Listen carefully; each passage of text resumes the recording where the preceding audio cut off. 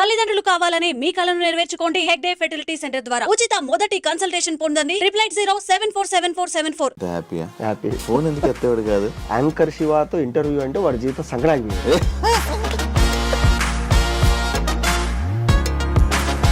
First fun bucket offer అదేంటి మీరే create చేసుకుందా? First ఏంటంటే మమ్మల్ని పెట్టి మీరే యాక్ట్ చేయండి, డబ్బులు లేవు మనకు, యాక్టర్లు పిలవలేమని. భార్గవ్ ఎలా వచ్చాడు మీ దాంట్లోకి? ఒక ఎపిసోడ్ ఒక 5 నిమిషాలు 10 నిమిషాలు రావాలంటే దాంట్లో ఫిల్అప్ ఉండాలి కదా, అట్లా భార్గవ్ గారు కూడా. అప్పుడు ఏదైతే జరిగిందో దాని తర్వాత Fun Bucket full bad name అయిందండి. మొత్తం మీరందరూ మాట్లాడుకున్నారంటే ఎక్కడ చూసినా న్యూస్ ఛానల్ చూస్తే Fun Bucket Bhargav, Fun Bucket boy. కానీ సడన్ గా విట్ట ఎందుకు డౌన్ అవ్వడానికి రీజన్ ఏంటి? ఇప్పుడు కొందరు ఏమంటారంటే ఇది ఎక్కువ డిమాండ్ చేస్తారు అంటారు. అవును, మార్కెట్ కి ఒక వస్తువు కాదు ఎవరైనా ఆపుతున్నారు అలాంటివి ఏమైనా ఉంటాయి ఏంటి? రాజకీయాలు ఎట్లుంటాయంటే నీకు ఇక్కడ అవతలోడు తెలివి.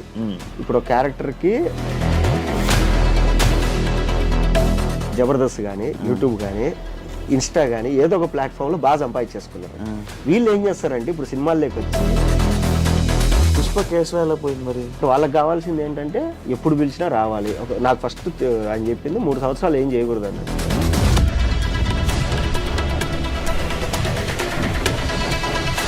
నీ సినిమా కాంట్రవర్సీ ఏంటి?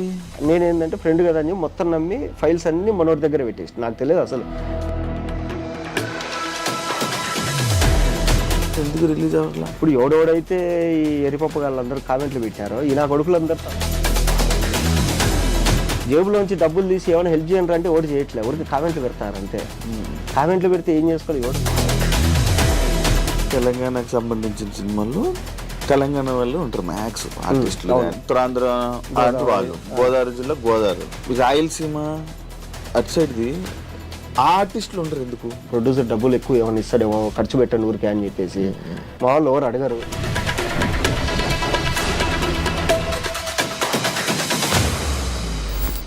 హాయ్ హలో నమస్తే, నేను మీ anchor Shiva. Welcome to iDream media. ఈరోజు మన ముందున్న గెస్ట్ మహేష్ విట్ట. నాతో పాటు బిగ్ బాస్ సీజన్ నాన్ స్టాప్లో స్క్రీన్ షేర్ చేసుకున్నాం, మంచి ఫ్రెండ్స్ అయ్యాం. తన జర్నీ ఫన్ బకెట్ నుంచి పటాస్ మూవీస్ అలా బిగ్ బాస్ జర్నీ వరకు చాలా ఉన్నాయి. స్టెప్స్ అప్ అండ్ డౌన్స్ ఉన్నాయి. ఇలా అంటే ఒక్కసారి ఇంత హైప్లోకి వెళ్ళడం, మళ్ళీ ఒక్కసారి డౌన్ అవ్వడం, మళ్ళీ రావడం, ఇలా చాలా ఉన్నాయి మధ్యలో. ఆ జర్నీ అంతా ఒకసారి నేను ఎప్పుడు మహేష్ విట్ట నేను ఇంటర్వ్యూ చేయలేదన్న. అంటే నా సీజన్ అయిపోయి 3 సంవత్సరాలు అయ్యింది. ఈ రోజుకి నేను మహేష్ విట్ట ఇంటర్వ్యూ జరగకపోవడం ఏంటి అది చాలా ఎందుకు అవ్వలేదు నాకు కూడా తెలీదు. అప్పట్లో నేను ఫోన్ చేసేవాడిని ఇంటర్వ్యూ ఇవ్వనంటే ఫోన్ కూడా ఎత్తేవాడు కాదు. మరి ఎందుకు ఎత్తేవాడు కూడా నాకు తెలియదు. ఇవన్నీ మంచిగా ఒకసారి మాట్లాడదాం. ఎంత టైం అవుతుంది ఏమవుతుందో తెలీదు.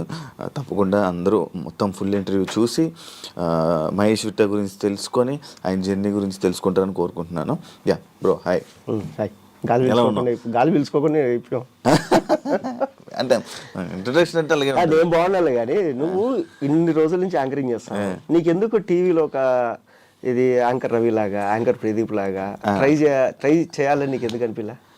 చేస్తాం అబ్బా. కాకపోతే ఏంటంటే ఇప్పుడు నా ఇంటర్వ్యూ చేస్తున్నావు నువ్వు అడుగుతావు జనాలు చాలా ఇచ్చాను నేను ఇంటర్వ్యూ. ఇప్పుడు నేను ఇంటర్వ్యూలు చేసేటప్పుడు నాకు ఇంటర్వ్యూలో అవకాశం ఇవ్వాల, మన గురించి తెలీదు. అలానే మనకు మేము ట్రై చేసుకోవడం వల్ల ఓకే నేను ఇంటర్వ్యూలు చేస్తానని తెలిసింది. ఇప్పుడు టీవీ షోలోనే హోస్టింగ్ నేను చేస్తానని తెలీదు, నాకు ఎవరు అవకాశం ఇవ్వాల. ఒక అవకాశం వచ్చిందంటే అది స్టార్ మా వాళ్ళు బజ్ హోస్టింగ్ అది ఒకటి చేశాను అంతే. అది హిట్ అయింది, ఓకే సాటిస్ఫాక్షన్. బ్రాండ్స్ చదివాను, బ్రాండ్స్ చదివేసాను, అన్నీ అయిపోయింది. అది బాగా చేస్తాను, ఓకే అయిపోయింది. దాని తర్వాత ఇంకా కొన్ని ఛాన్సెస్ వస్తాయి అనుకున్నాం, వస్తాయి అన్నారు కానీ రాలేదు. ట్రై చేయాలి. కానీ యాంకర్ షో గురించి నాకు తెలిసిందో ఏంటంటే మీరు పైన ఏదైతే చూస్తున్నారో అది కాదు. సో వాడి జర్నీ ఎందుకంటే బిగ్ బాస్లో మేము మాట్లాడుకునేటప్పుడు మొత్తం వాడి స్టోరీ అంతా ఇప్పాడు చిన్నప్పటి నుంచి ఏంటి అది ఇది అని. యాక్చువల్గా జర్నలిజం మీద ఒక సినిమా తీయాలనుకుంటే వీడి క్యారెక్టర్ని హీరో క్యారెక్టర్ కింద పెట్టేయచ్చు. వీడి జనరేషన్ కాదు, వీళ్ళ నాన్న కూడా మీడియాలో పనిచేసేవాడు. సో అక్కడి నుంచి ఉంది వాడికి. వాడు ఏదంటే పేరు కోసం ఇది చేస్తాడు కానీ వాడు ఇంకా చాలా కథలు ఉన్నాయి. ఎలా ఉన్నావు? బాగున్నా. మూవీస్ అన్నీ నడుస్తున్నాయి? బాగా నడుస్తాయి, పర్లేదు. అంత హ్యాపీయా ప్రెజెంట్? హ్యాపీ.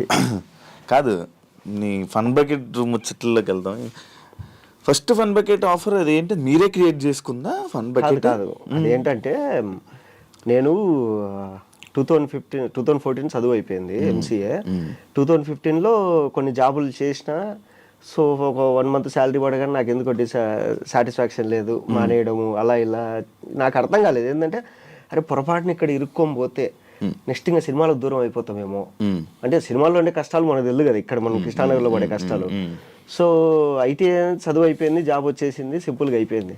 సో పొరపాటున కష్టపడతామేమో, అక్కడికి వెళ్తే ఏమైనా క్లిక్ అవ్వచ్చు కదా, మనకు ఉంది కదా, అది ఇదని ఒకటి ఉండే డౌట్. సో అప్పుడు ఇంట్లో వాళ్ళని అడిగితే వాళ్ళు 1 year టైం ఇచ్చారు. నేనే అడిగాను 1 year టైం ఇవ్వండి, నేను వెళ్తా కృష్ణానగర్కి, కింద మీద పడి కష్టపడతా, నేను క్లిక్ అవ్వలేదు అంటే మళ్ళీ వచ్చి జాబ్ చేసుకుంటా అనేసి చెప్పి సరే ఓకే అంటారు. అప్పుడు ఇక్కడికి వచ్చి నేను డైరెక్ట్ నువ్వు వెళ్ళి నేను అసిస్టెంట్ డైరెక్టర్ అంటే నీకు ఫస్ట్ పని రావాలి, మనకు పని రాదు, పని నేర్పించేవాడు అంత ఈజీగా దొరకడు. సో అప్పుడు నేను అనుకుంది ఏంటంటే ఈ ఆర్ట్ ఫిలిమ్స్కి ఇంటర్న్షిప్ వెళ్దాం. సో వాటికి ఏం చేయాలంటే ఈ విఎఫ్ఎక్స్ ఎడిటింగ్ అవి రావాలి. సో అది నేను దిల్సుఖ్ నగర్లో కోచింగ్ తీసుకునేవాడిని. ఆ టైంలో నెలకు 4 రోజులు క్లాసెస్ ఉంటే 3 రోజులు ఖాళీగా ఉండేవాళ్ళు. ఏం చేయాలి అనుకున్నప్పుడు ఫన్ బకెట్ డైరెక్టర్ హర్ష అన్న వరకు ఫేస్బుక్లో పోస్టులు పెట్టేవాడు అనమాట. సో వాటికి కావాలని ఆయన దృష్టిలో పడాలని చెప్పి ఆయన పోస్ట్ పెట్టగానే కామెంట్ పెట్టడం, లైక్ పెట్టడము, ఇట్లా కళ్ళల్లో పడిన తర్వాత ఆయన ఎప్పుడు ఏంటంటే రైటర్స్ కావాలి అనేవాడు. నేను 2014 ఇది ఎంసీఏ ఫైనల్ ఇయర్లో ఉన్నప్పుడు ఒక షార్ట్ ఫిల్మ్ తీసిన, ఒక 6 minute షార్ట్ ఫిల్మ్. దానికి ఏంది రైటర్గా డైరెక్టర్గా నేనే. తర్వాత ఒక 2 షార్ట్ ఫిల్మ్స్ రాసుకున్నా, ఒక లవ్ స్టోరీ ఒకటి థ్రిల్లర్ ఒకటి, ఒక 25 minutes డ్యూరేషన్లో 2 షార్ట్ ఫిల్మ్ రాసుకున్నాను. ఒకసారి అన్న నేను కలవాలి, స్టోరీస్ ఉన్నాయి, రైటర్ కావాలన్నారు కదా అంటే సరే రా తమ్ముడు అని చెప్పి పిలిచి మాట్లాడినాడు. అప్పుడు ఆయనకి నేను స్టోరీ చెప్పే క్రమంలో యాక్టింగ్ చేసి చూపించిన, ఇలా ఉంటుంది అని. అంటే నువ్వు యాక్టింగ్ కూడా బాగా చేస్తున్నావు అంటే ఏమన్నా ఎవరు చెప్పలేదు ఇంతవరకు, నేను యాక్చువల్ రైటర్ కావాలని వచ్చిన. లేదు ట్రై చేద్దాం ఏదన్నా అని ఒక 2 నెలల తర్వాత పిలిచి ఒక పేపర్ ఇచ్చి 4 జోకులు ఉన్నాయి, ఏంటివి అంటే దీన్ని వీడియో చేద్దాం అన్నాడు. లేదు ఈ శాంటా బ్యాంటే జోక్స్, అలియా భట్ జోక్స్ అనేసి అప్పట్లో కొంచెం బాగా ఫేమస్ అయ్యి ఇది కదా. అప్పుడు ఏంటంటే బ్లాక్ అండ్ వైట్ ఫోన్లలో మనం మెసేజ్ ఫార్వర్డ్ చేసేవాళ్ళం జోక్ ఏదైనా టెక్స్ట్లో, దీన్ని వీడియో చేద్దాము అన్నాడు. అంటే నేను క్లిక్ అవుతుందన్నా అని చెప్పిన. ఎట్లా అంటే 2 నిమిషాల్లో 4 జోక్స్ అంటే ఇది బాగా క్లిక్ అవుతుంది, మనకు ఇప్పటిదాకా చూసుకోవడానికి ఏదో మూవీలో కామెడీ సీన్స్ జబర్దస్త్ తప్ప మనకు లేదు యూట్యూబ్లో, అందరు లవ్ స్టోరీలో తీస్తారు, బాగుంటుంది ఇది అన్న. సరే ట్రై చేద్దామని చెప్పి జస్ట్ ట్రై చేసినాం అంతే. దానికి కూడా ఏంటంటే మా ఛానల్ ఎండి రవిశంకర్ గారు చెప్పింది ఓ 20 episodes పైలట్ తీయండి. పైలట్ ఏది నేను మినిమం డబ్బులు ఇస్తా, పైలట్ తీయండి, అది అప్లోడ్ చేద్దాం, అది క్లిక్ అయితే కంటిన్యూ చేద్దాం అన్నాడు. సో ఆయన పైలట్ షూటు డబ్బులు లేవు అన్నందుకు మా డైరెక్టర్ ఏం చేసిన అంటే అసిస్టెంట్ డైరెక్టర్లు 3 ఉండేవాళ్ళం. నేను, హర్ష కొమ్మన్ అనే ఒక అబ్బాయి, త్రిశూల్ అనే ఒక అబ్బాయి, మేము 3 అసిస్టెంట్ డైరెక్టర్లం. అప్పటికే మేము అందరం ఒక్కొక్క షార్ట్ ఫిల్మ్ తీసేసుకున్నాము. అందులో హర్ష కొమ్మన్ అనే అబ్బాయి మూవీ స్టోరీస్ రాసుకుంటున్నాడు. సో ఇలా మేము ఉన్నప్పుడు అసిస్టెంట్ డైరెక్టర్ మమ్మల్ని పెట్టి మీరు యాక్ట్ చేయండి, డబ్బులు లేవు మనకు, యాక్టర్లు పిలవలేవు అన్నాడు. అలా ట్రై చేసినాం, అది క్లిక్ అయింది. నార్మల్గా క్లిక్ అయిపోయింది అంతే. ఘోరం కదా అప్పుడు, ఫుల్ వైరల్. మామూలుగా కాదు, ఒక జియో రాకముందే మిలియన్స్ లో వెళ్ళేటివి. అదే కదా, ఇప్పుడు జియో ఏమీ లేదు. అప్పుడు ఏంటంటే 158 రూపాయలు వేసుకుంటే 1 GB వచ్చేది మనకు. ఇప్పుడు రోజుకు 2 GB వస్తుంది. ఆ 1 GBతో మా వీడియోస్ మిలియన్స్ వెళ్ళేవి. ఇంకా ముఖ్యంగా ఏంటంటే అప్పటికి ఇంకా వైఫై అనేది మనకు అంత లేదు, ఫారిన్ లో ఎక్కువ అనమాట. ఆస్ట్రేలియాలో, తర్వాత న్యూజిలాండ్, ఖతర్, ఒమన్, తర్వాత అమెరికా, ఇట్లా అన్ని చోట్ల నుంచి ఫేస్బుక్ లో మెసేజ్ చేసేవాళ్ళు అప్పుడు, మీ వీడియోస్ చూస్తుంటాం బ్రో అది ఇదని. అండ్ ఆస్ట్రేలియాలో అయితే మా కజిన్ వాళ్ళు ఉన్నారు, అక్కడ తెలుగు వాళ్ళందరిది మీటింగ్ అవుతుంటాయి 3 months అట్లా. అందరు కలిసినప్పుడు ఫస్ట్ హాఫ్ అన్ అవర్ మా వీడియోస్ వేసుకొని అందరూ నవ్వుకొని రిఫ్రెష్ గా మీటింగ్ స్టార్ట్ చేసేవాళ్ళండి. సో అలా అన్ని నేను మెసేజ్ చేసేవాడిని నీకు ఫేస్బుక్ లో, ఉందా చూసావా? తెలీదా? మన ఫేస్బుక్ ఫ్రెండ్స్ చూడు, నిజం మన ఫేస్బుక్ లో ఏ మెసేజ్లు ఉంటాయి. ఏమని ఉంటుంది నీది? యాంకర్ శివ అని ఉంటుంది, నేను చూస్తాను. మెసేజ్లు ఏం పెట్టాను నీకు? యాంకర్ శివ ఫ్రెండే కదా, ఫ్రెండ్ వచ్చింది. ఉన్నాయా మెసేజ్? ఉన్నాయా? 2018 January 27 ఉన్నాయా? వాయిస్ కిరాక్ లైక్ పంపించిన. తర్వాత వెల్కమ్ టు వైజాగ్, నేను అప్పుడు దేనికో వైజాగ్ పోయినా 2018 లో. తర్వాత హాయ్ అన్న మీతో ఇంటర్వ్యూ ప్లాన్ చేస్తున్నా 2018. అప్పుడు నేను నాట్ ఓకే అన్నా. తర్వాత పార్వతీశం ఇంటర్వ్యూ ఒకటి పంపించినావు. తర్వాత హ్యాపీ బర్త్డే, అది కంగ్రాచులేషన్స్ నేను ఫేస్బుక్ మాక్సిమం ఓపెన్ చేయను ఇప్పుడు. 2019 ఉంది లాస్ట్ మెసేజ్. మెసేజ్లు ఉన్నాయా? ఉన్నాయి. ఈ కుప్పలు తెప్పలు ఉంటాయి నీ మెసేజ్లు నేను పెట్టింది అంటే ఎప్పుడు చూడు. 2018 చూసావా? అది అలా ఉండేది మహేష్ విట్ట. ఈ ఫన్ బకెట్ భార్గవ్ ఎలా వచ్చాడు మీ దాంట్లోకి? ఆ అబ్బాయా భార్గవ్ గారు ఎలాగంటే ఫస్ట్ స్టార్ట్ చేసింది మా ముగ్గురితో, ఇది త్రిశూలు, హర్ష కొమ్మన, నేను. పైలట్ షూట్ కింద ఫస్ట్ ఒక 15 ఎపిసోడ్స్ వరకు మేము అప్లోడ్ చేసుకుంటూ వచ్చినాం. అప్పటిదాకా ఎవరు పట్టించుకోలేదు, ఏం లేదు. మేమేందంటే మేమందరం ఫోన్లు చేసుకొని అరే ఈరోజు 2000 వ్యూస్ వచ్చినాయి మనకు, అది ఇది అనుకునేవాళ్ళు. ఒక 15th ఎపిసోడ్ తర్వాత బాగా క్లిక్ అయిపోయిన తర్వాత అప్పుడు ఉదయ్ అని చెప్పి ఒక అబ్బాయిని, ఒక ఆవిడ ఇలా ఫన్ బకెట్ అనేది ఒకటి జరుగుతుంది, పలానా చోట ఆఫీస్ ఉంటుంది, మీరు వెళ్ళి డైరెక్టర్ని కలవండి, మీకు ఛాన్స్ ఇస్తాడు అంటే, ఆ అబ్బాయి మధురానగర్లో హాస్టల్లో ఉండేవాడు. ఆ అబ్బాయితో పాటు ఇంకొక అబ్బాయి భరత్ బెహ్రా, వీళ్ళిద్దరు కలిసి వచ్చారు. మా డైరెక్టర్ వీళ్ళిద్దరిని చూడగానే ఇద్దరు మంచి సాలిడ్ పర్సనాలిటీ, స్టైలిష్గా ఉన్నారు ఇద్దరు. అరే వీళ్ళు ఏదో బాగున్నారు ఇద్దరు చూడడానికి, ఎక్కడ మీది అంటే ఇట్లా ఒరిస్సా శ్రీకాకుళం అది ఇది అంటే, ఓ మీ స్లాంగ్ బాగుంటుంది కదా, సో ట్రై చేద్దాం మిమ్మల్ని కూడా అని వాళ్ళిద్దరిని పెట్టి ట్రై చేసినాడు. అప్పుడు ఏంటంటే కనుక భరత్తో పాటు అదే పీజీలో ఫన్ బకెట్ భార్గవ్ ఉండేవాడు, వాడు కూడా వచ్చేవాడు. సో వచ్చాడు కదా, మా డైరెక్టర్ ఏంటంటే ఈ మా దాంట్లో జోక్స్ని కేటగిరీస్ డివైడ్ చేసేవాడు. ఒక ఏదన్నా ఇది మరీ ఎడ్డి జోక్ ఏదైనా ఉందంటే అది నాతో చేయించేవాడు. Girl friend boy friend joke అయితే త్రిశూల్ అనే అబ్బాయితో, ఫేస్ ఎవరిది సెట్ అయితే ఎవరు సెట్ అయితే వాళ్ళది. సో అలా చేసుకుంటే ఏంటంటే కనుక ఒక ఎపిసోడ్ ఒక 5 నిమిషాలు 10 నిమిషాలు రావాలంటే దాంట్లో ఫిల్అప్ ఉండాలి కదా. అట్లా భార్గవ్ గారు కూడా నేను చేస్తాను అంటే సరే చేరా నువ్వు కూడా ఏదన్నా అని చెప్పేసి వాడిని కూడా పెట్టేవాడు. అంటే ఫన్ బకెట్ నా వల్లే నడిచింది అన్నట్టు మనం అప్పుడు మాట్లాడేవాడు. అండ్ ఇంకోటి అప్పుడు ఏదైతే జరిగిందో దాని తర్వాత Fun Bucket full bad name అయిందండి మొత్తం, మీరు అందరూ మాట్లాడుకున్నారంటే. బ్యాడ్ నేమ్ మ్యాటర్ ఏంటంటే ఇప్పుడు ఫన్ బకెట్ భార్గవ్, సింపుల్ చెప్తాను, జబర్దస్త్ అనేది ఉంది, దానివల్ల ఒక 50 మంది ఆర్టిస్టులు ఈజీగా ఉన్నారు పేరు వచ్చిన వాళ్ళు. తర్వాత బిగ్ బాస్ అనేది ఉంది, బిగ్ బాస్ వల్ల దగ్గర ఇప్పటికి ఇన్ని సీజన్ల వరకు ఒక 90 మందికి పేరు వచ్చింది. 120 మంది. సో అలా మా ఫన్ బకెట్ నుంచి ఒక 15 మంది 20 మంది ఆర్టిస్టులు ఉన్నారు. అందరిలో ఫన్ బకెట్ అనే పేరు దాన్ని సృష్టించిన డైరెక్టర్ పెట్టుకోలేదు. దానివల్ల మేమందరం బతుకుతాం, కానీ మేము కూడా పెట్టుకోలేదు. కానీ ఈడు పెట్టుకున్నాడు, ఈడొక్కడు పెట్టుకున్నాడు ఫన్ బకెట్ భార్గవ్ అని పెట్టుకున్నాడు. తర్వాత ఎక్కడ చూసిన న్యూస్ ఛానల్ చూస్తే ఫన్ బకెట్ భార్గవ్ ఈడేదో చేసేది ఏదో పని చేశాడు, మళ్ళీ మన ఫన్ బకెట్ పేరు పెట్టుకున్నాడు. చూసిన వాళ్ళందరూ మనల్ని అడుగుతారు ఏంది మీ వాడు అది ఇది అని చెప్పి అనుకున్నాం అంతే. మళ్ళీ అప్పుడు కదిలింది కదా మళ్ళీ. అవును, ఎందుకు అది ఆగిపోయింది సడన్ గా? జోక్స్ లేవు అంటే అక్కడికి వచ్చిన వాళ్ళందరూ ఏంటంటే సినిమాలు చేయాలని. ఇప్పుడు మా డైరెక్టర్ వచ్చేసి అప్పటికే డైరెక్టర్గా ట్రై చేసి రండాజీరానికి అసోసియేట్గా పనిచేసి మళ్ళీ ఏదో ఫ్యామిలీ ప్రాబ్లమ్స్ వచ్చి మళ్ళీ రిటర్న్ వచ్చి ఇక్కడ మంత్లీ శాలరీ కింద జాయిన్ అయ్యి చేసుకునేవాడు. సో నేనేంటంటే నా గోల్ ఏంటి, నేను సినిమాల్లోకి వెళ్ళాలి, సినిమాల్లో ఉండాలి అనేసి నా గోల్. సో ఇలా అనుకునే టైంలో అది ఏమైందంటే ఒక 50-60 ఎపిసోడ్ల వరకు వచ్చిన తర్వాత మాకు ఛాన్సెస్ వచ్చినాయి బాగా.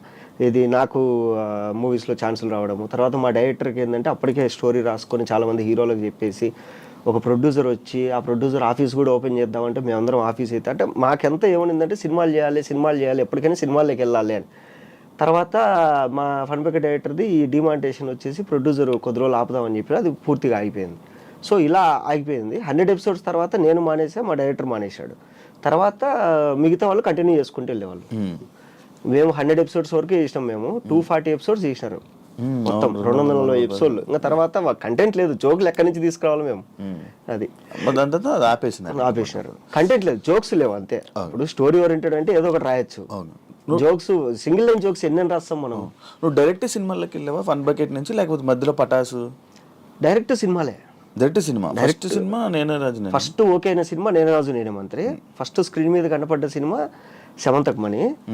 దానికి ముందు ఫస్ట్ చేసిన సినిమాలు ఒక 2 చిన్న సినిమాలు ఉన్నాయి. ఏదంటే ఈ నేరాజు నేను మంత్రి స్టార్ట్ అయ్యే లోపల చిన్న సినిమాలు చేసిన. అది చేసిన తర్వాత ఏంటంటే ఇప్పుడు రాక పేరు వచ్చింది, ఓకే దీపం ఉన్నప్పుడు ఇల్లు చక్కదిద్దుకోవాలి.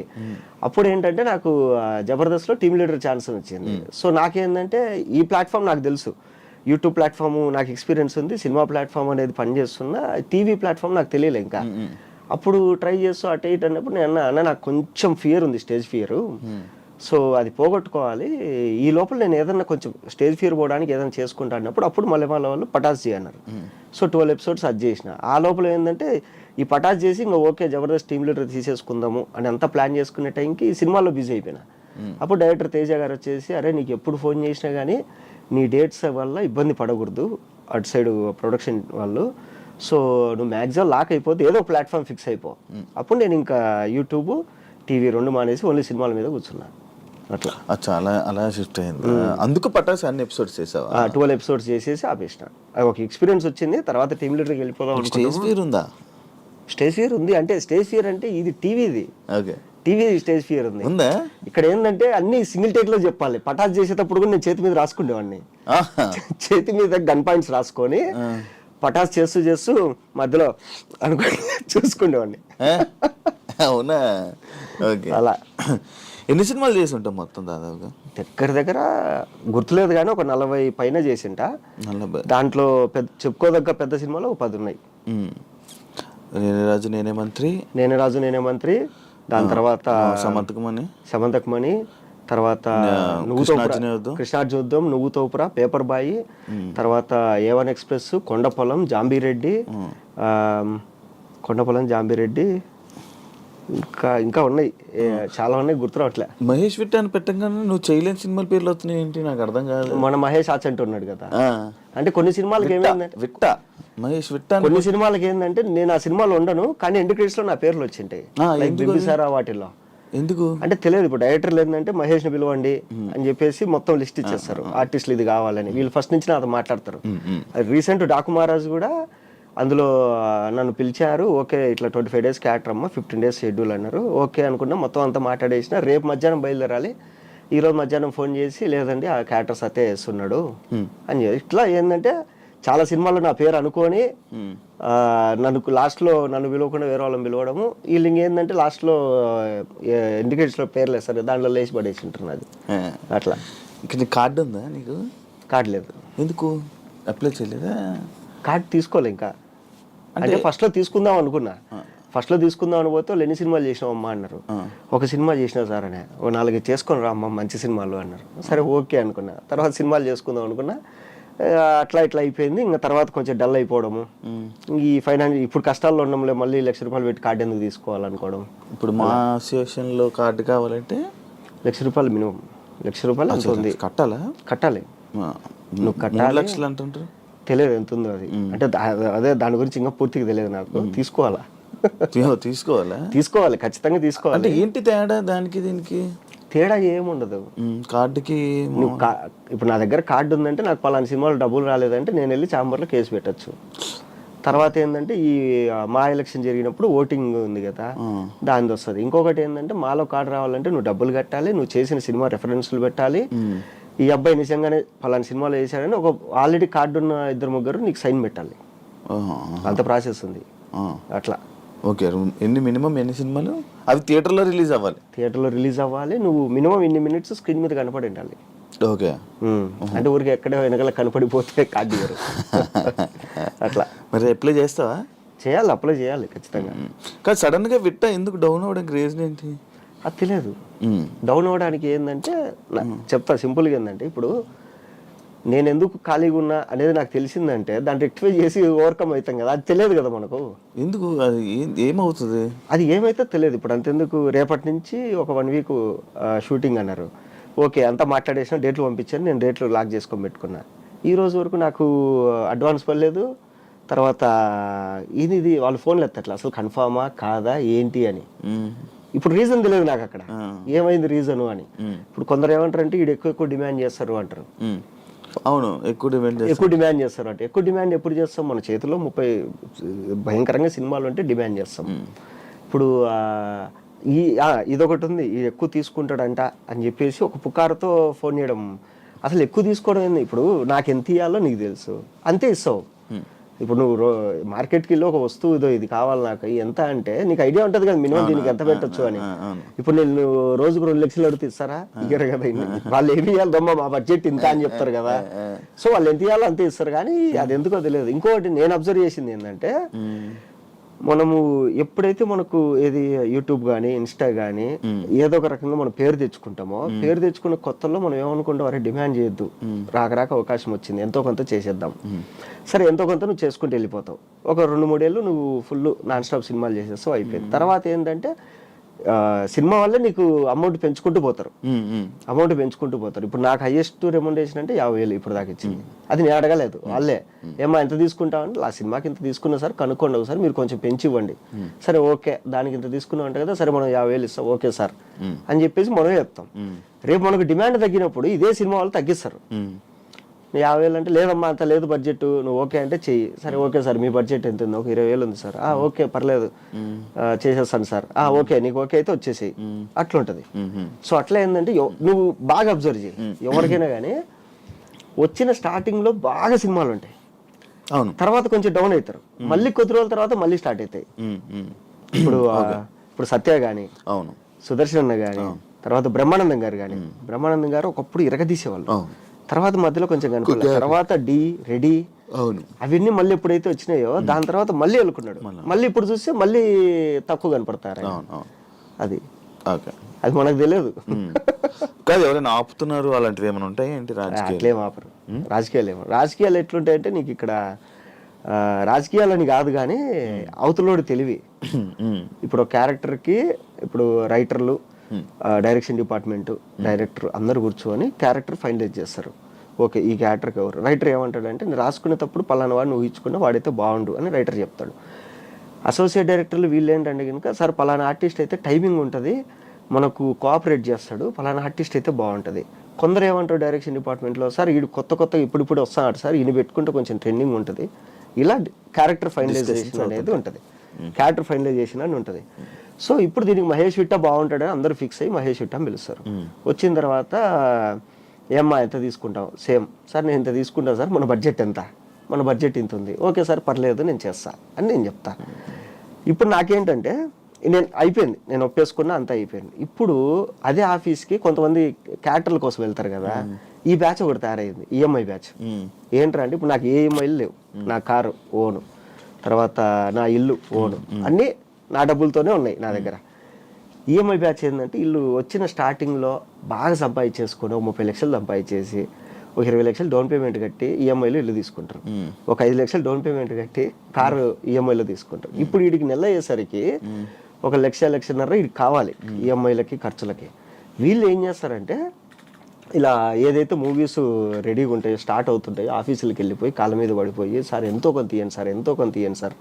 నాకు కొంతమంది ఫోన్ చేసి చెప్పారు, మహేష్ ఈ క్యారెక్టర్కి నువ్వైతే 5 లక్షలు మనం బడ్జెట్ అనుకున్నది, అది కూడా మాకు ఓకే, బట్ వీడొచ్చి కాళ్ళ మీద పడిపోతారా, ₹1,00,000 ఏం చాలంటారా, నువ్వేం అనుకోకరా పాపము, వాడికి ఏదో ఈఎంఐలు కష్టాలు ఉన్నాయంట. సరే ఓకే సార్ ఇచ్చేయండి. ఇలా కొన్ని పోతాయి.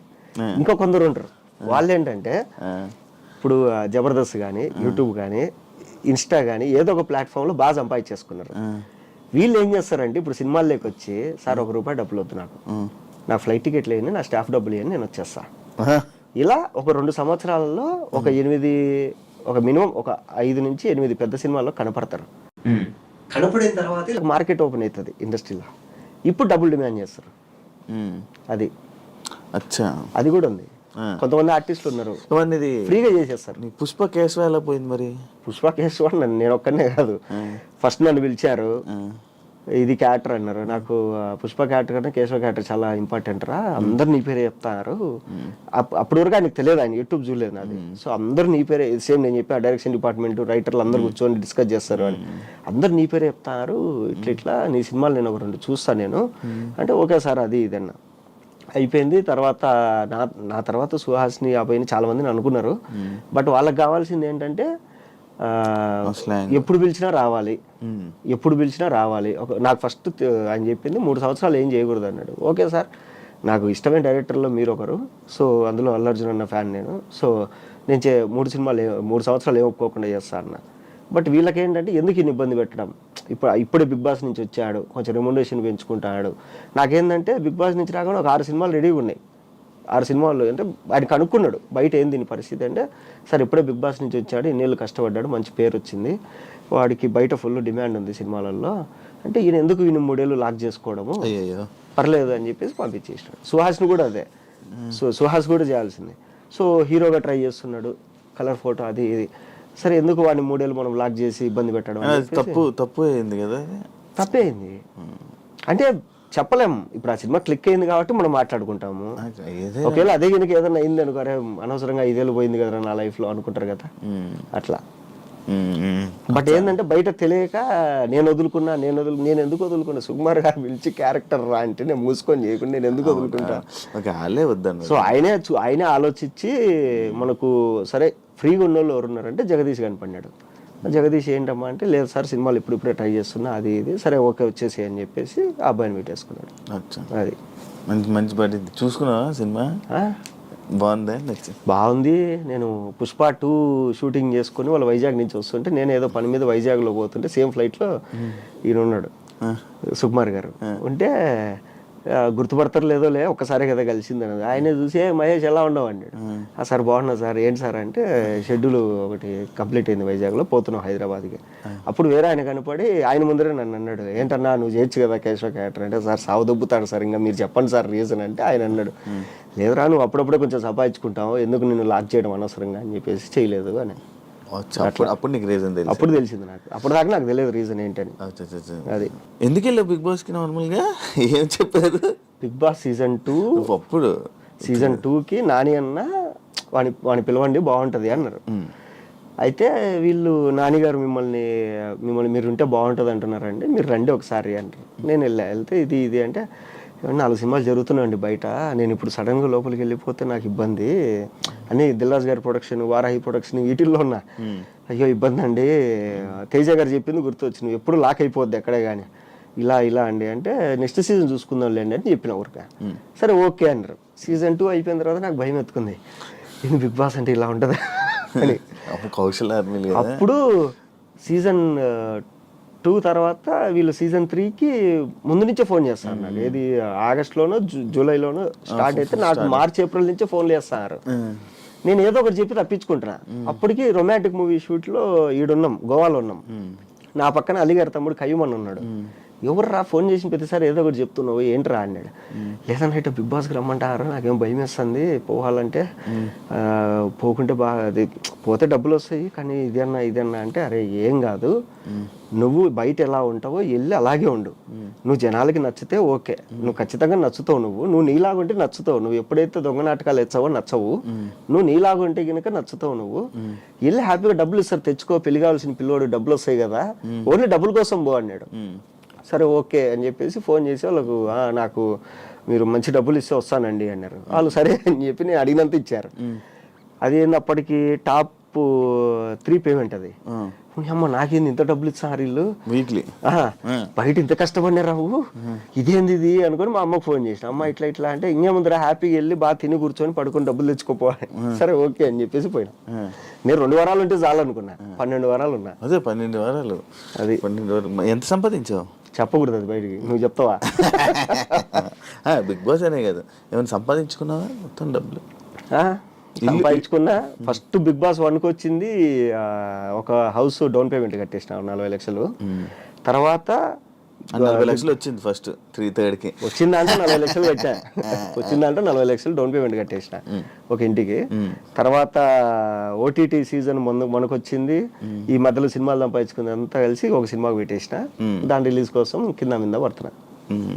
కాదు ఏమైనా ఉపయోగపడిందా నీకు బిగ్ బాస్? పడింది. బిగ్ బాస్ నుంచి వచ్చిన తర్వాతే కదా నాకు బిగ్ బాస్ అంటే ఏమైందంటే, ఇప్పుడు ఒక సినిమాలో క్యారెక్టర్కి 10 మంది ఆప్షన్లు ఉంటే అందులో నేను 8, 9 ఉండేవాడిని. బిగ్ బాస్ నుంచి రాగానే ఏమైందంటే ఈ ఆప్షన్ అనేది 1, 2కి వెళ్ళిపోయింది. సో రెమ్యునరేషన్ కూడా కొంచెం పెంచారు. ఓకే అట్లా. ఓకే. నీ సినిమా కాంట్రవర్సీ ఏంటి? ఏం కాదు, మెసేజ్లు పెట్టి ఏదేదో చీటింగ్ ఇది అది. వాడు మా డైరెక్టర్. వాడు ఏంటంటే ఇద్దరం కలిసి సినిమాలు చేసుకున్నాం. అప్పుడు వేరే పేరు ఉండేది కదా, సినిమా పేరు ఏంటి? అప్పుడు కల్ట్ గ్యాంగ్ అని ఉండేది. తర్వాత నేను రెన్యువల్ చేసుకోవడం కొంచెం లేట్ అయింది. ఆ కల్ట్ అనేది విశ్వక్సేన్ తీసుకున్నాడు, నేను మళ్ళీ ఉత్తుత్త హీరోలని మార్చుకున్నాను. సో గొడవ ఏంటంటే, గొడవ వెళ్ళా డైరెక్టర్ కమ్ కెమెరామెన్ మా ఫ్రెండ్ సో పిలిచి రారా సినిమా చేసుకుందాం ఇద్దరము అనుకున్నాను. షూటింగ్ వరకు నేను పెట్టాలి, పోస్ట్ ప్రొడక్షన్ వాడు పెట్టాలి. షూటింగ్ అయిపోయింది, తర్వాత పోస్ట్ ప్రొడక్షన్ నాకు డబ్బులు లేవన్నాడు. డబ్బులు లేవన్నప్పుడు ఎట్రా సరే ఇది కూడా నేనే పెట్టేస్తాలే అని చెప్పేసి మొత్తం అంతా చేసుకుని కంప్లీట్ చేసుకున్నాము. మొత్తం అంతా అయిపోయిన తర్వాత ఇప్పుడు నాకు తెలిసిన పరిచయాలతో మైత్రి డిస్ట్రిబ్యూటర్స్ ఇలా అందరినీ కలుస్తున్నాం. వాడిని నేను వెళ్ళి కలుస్తున్నాడికి మనోడు ఏంటంటే కొంచెం ఊహల్లో ఉండిపోయాడు. ఇది సినిమా అయిపోగానే ఇంత డబ్బులు వచ్చేసాయి, నేను ల్యాండ్ తీసుకోవాలి, కార్ తీసుకోవాలి, ఇది మొత్తం ప్లాన్ చేసి నేనేది ఫస్ట్ సినిమా బయటకు వచ్చేదాలని చెప్పి నేనున్నా. తర్వాత ఏమైపోయిందంటే ఇంక నేను ఇట్లా కాదు, ఇది ఒక 2-3 ప్రీమియర్ చేసేద్దాం రామానాయుడులో, ప్రీమియర్లు వేసేస్తే మనకు కనీసం ఏదైనా కొంచెం బస్ ద్వారానే వస్తుంది ఇండస్ట్రీలో అనుకొని నువ్వు మొత్తం ఫైల్ అవుట్పుట్ రెడీ చేసేసి మనం ప్రీమియర్ వేసేసుకుందాం అంటే అప్పుడు వాడి మైండ్లో ఏం పడిందో కానీ నాకు ఇంత డబ్బులు ఇస్తే కానీ నేను రెడీ చేయను అన్నాడు. నేనేంటంటే ఫ్రెండ్ కదా అని చెప్పి మొత్తం నమ్మి ఫైల్స్ అన్నీ మనోడి దగ్గర పెట్టేసి నాకు తెలియదు అసలు ఎన్ని హార్డ్ డిస్కులు కొనుక్కున్నాం ఏంటి అంటే ఎంత ఖర్చు అయింది అనేది అకౌంట్స్ రాసుకుంటున్నాను. లేదు ఇది అన్నప్పుడు మనోడికి ఏంటంటే పాపం అప్పటి వరకు అంటే నెగిటివిటీ వచ్చిందో మైండ్లో ఇది అయిపోతుందో లేదో అని, లేదంటే కనుక వాడికి నిజంగా డబ్బులు అవసరమైంది. అప్పుడు నా దగ్గర డబ్బులు లేవు. నేను నా దగ్గర డబ్బులు ఉంటే నేనే ఇస్తాను కదరా నీకు అని, సరే ఇట్లా కాదు అగ్రిమెంట్ చేసుకుందాం మనము వచ్చిన తర్వాత ఇంత అని అంటే సరే ఓకే అగ్రిమెంట్ చేసుకుందాం అని చెప్పిన. తర్వాత వాడు అగ్రిమెంట్ రాలేదు, నేను చేసుకోలేదు. నేనేమన్నా అంటే సరే అయితే నువ్వు సైలెంట్గా ఉంటే నేను సినిమా మొత్తం రిలీజ్ చేసేసి వచ్చిన డబ్బులు వచ్చిన తర్వాత నేను పిలిచి నీకు ఇవ్వాల్సింది నీకు ఇచ్చేస్తాను అంటే అప్పటికే ఇచ్చేసిన కొంచెం డబ్బులు, ఇవ్వాల్సింది ఇస్తా అన్న. అది దానికి అందరికి మెసేజ్లు పెడుతున్నాడా? దానికి ఏంటంటే వాడు మెసేజ్లు పెట్టేది ఏంటంటే అంటే వాళ్ళ ఫ్రెండ్స్ ఉన్నారు కొంతమంది ఇండస్ట్రీలో, వాళ్ళకి ఇదంతా తెలియదు. ఇప్పుడు నాకు ఇంకొకటి గొడవ అయింది, నేను వచ్చి నా వర్షన్ నీకు చెప్పిన, అవతల ఇంకో 3వ పర్సన్ నీకు తెలియదు, నువ్వేం చేస్తావు నేను చెప్పి నమ్ముతావు కదా. సో అట్లా ఏంటంటే మనోడు చెప్పిందంతా వాళ్ళు నమ్మారు. నమ్మేసి వాళ్ళు ఏదేదో సరే ఓకే పోనీలే మనం ఏమైంది, అది ఎందుకు రిలీజ్ అవ్వట్లా? ఉన్న డబ్బులంతా దానికే పెట్టేసిన. ఇప్పుడు ఎవడెవడైతే ఈ ఎరిపప్పు వాళ్ళందరూ కామెంట్లు పెట్టారో ఈ నా కొడుకులందరూ తలా ఇంత వేసుకునే కానీ సినిమా అయిపోతుంది. జేబులోంచి డబ్బులు తీసి ఏమైనా హెల్ప్ చేయండి అంటే ఓడి చేయట్లేదు, ఎవరికి కామెంట్లు పెడతారు అంతే.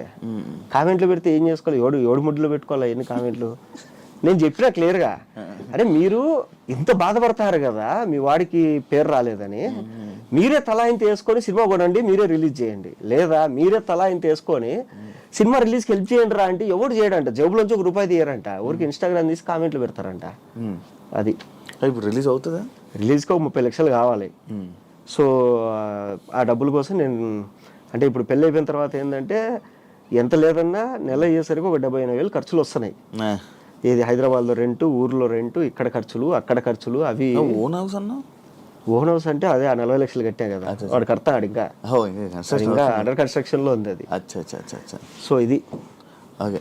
పెళ్ళి లవ్ మ్యారేజే? లవ్ మ్యారేజే. ఎన్ని ఇయర్స్ లవ్? 8 years. ఎలా పరిచయం? బెంగళూరులో మా చెల్లి వాళ్ళ ఫ్రెండ్ ద్వారా.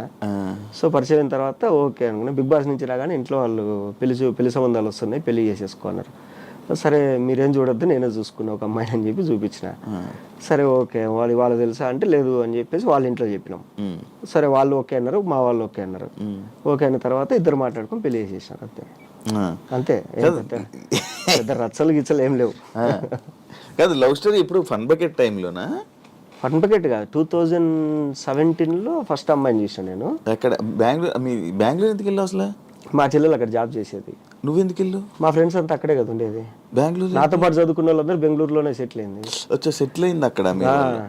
పార్టీల కోసం వెళ్ళేవాడివి అంతే. ఇక్కడ తిరిగేవాడిని కాదు, బెంగళూరులోని బ్రూవరీలు పబ్బులు అన్ని తిరిగేవాడిని బాగా. హైదరాబాద్ లో ఏం తెలియదు? హైదరాబాద్ ఏంది అడ్రస్లు కూడా తెలుసు నాకు. హైదరాబాద్ లో ఏ ఒక్కడ ఉంటాయి పబ్బులు ఇప్పటికి కొన్ని తెలుసు. ఏది మన పార్టీలకి ఎప్పుడైనా కలుస్తాం కదా, ఓకే పలానా పప్పు అంటే ఓకే. బర్త్డే పార్టీలకి వెళ్తున్నప్పుడు అంతే, పార్టీలు అనుకుంటారు రోజు పార్టీలకి వెళ్తాం, బర్త్డేలకి వెళ్తున్నప్పుడు మనం. సో అట్లా పరిచయం అంతే. అచ్చా. ఇంట్లో వాళ్ళు ఎప్పుడైతే పెళ్ళి అన్నారో సరే మీరు చూడొద్దు నేనే చూసుకున్నా అని చెప్పిన. ఆ అమ్మాయి కూడా వాళ్ళ ఇంట్లో చెప్పింది. నువ్వు ప్రపోజ్ చేసావా ఆమె ప్రపోజ్ చేసింది? నేనే చేసా. నువ్వే చేసావా? ఓకే. మనం ప్రపోజ్ చేసేంత ముఖం ఏముంది, సెలబ్రిటీ కదా, ఏముంది సెలబ్రిటీ అయితే. నేను అడగడమే డైరెక్ట్ పెళ్ళి అన్నా. అప్పటికి ఆ అమ్మాయి చదువుకునేది. ఇట్లా నువ్వంటే ఇష్టము, సో మైండ్లో ఒకటి పెట్టుకొని నేనైతే మాట్లాడలేను, పెళ్లి చేసుకోవాలని మా ఇంట్లో నన్ను ఎప్పుడైతే పెళ్లి చేసుకుంటారో అప్పుడు నీ ముఖం చూపిస్తాను, నువ్వు ఓకే అంటే ఓకే.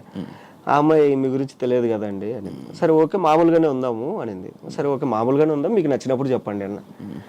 నేను చెప్పిన ఒక 2 ఏళ్ల తర్వాత చెప్పింది నాకు. 2 సంవత్సరాల 2 సంవత్సరాల తర్వాత చెప్పింది నాకు కూడా ఓకే అని.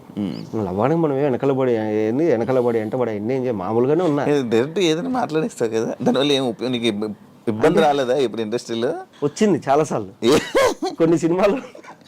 కొన్ని సినిమాలు ఒప్పుకుంటాం, కథ చెప్తారు, సూపర్ ఉంటుంది కథ, ఎలా ఉంది ప్రొడ్యూసర్ పిలిచి అడుగుతాడు, ఎలా చెప్పారు డైరెక్టర్ కథ, చాలా బాగా చెప్పారు సార్, ఆయన చెప్పినట్లు తీస్తే బాగా వస్తుంది అవుట్పుట్ అని చెప్తా. సరే ఓకే షూటింగ్కి వెళ్తాం. ఇది చిన్న డైరెక్టర్లు కాదు, పెద్ద డైరెక్టర్లతో కూడా ఇది నాకు. షూటింగ్కి వెళ్ళిన ఒక వారం రోజుల తర్వాత నేను ఎందుకో కొంచెం డల్లుగా ఉంటా.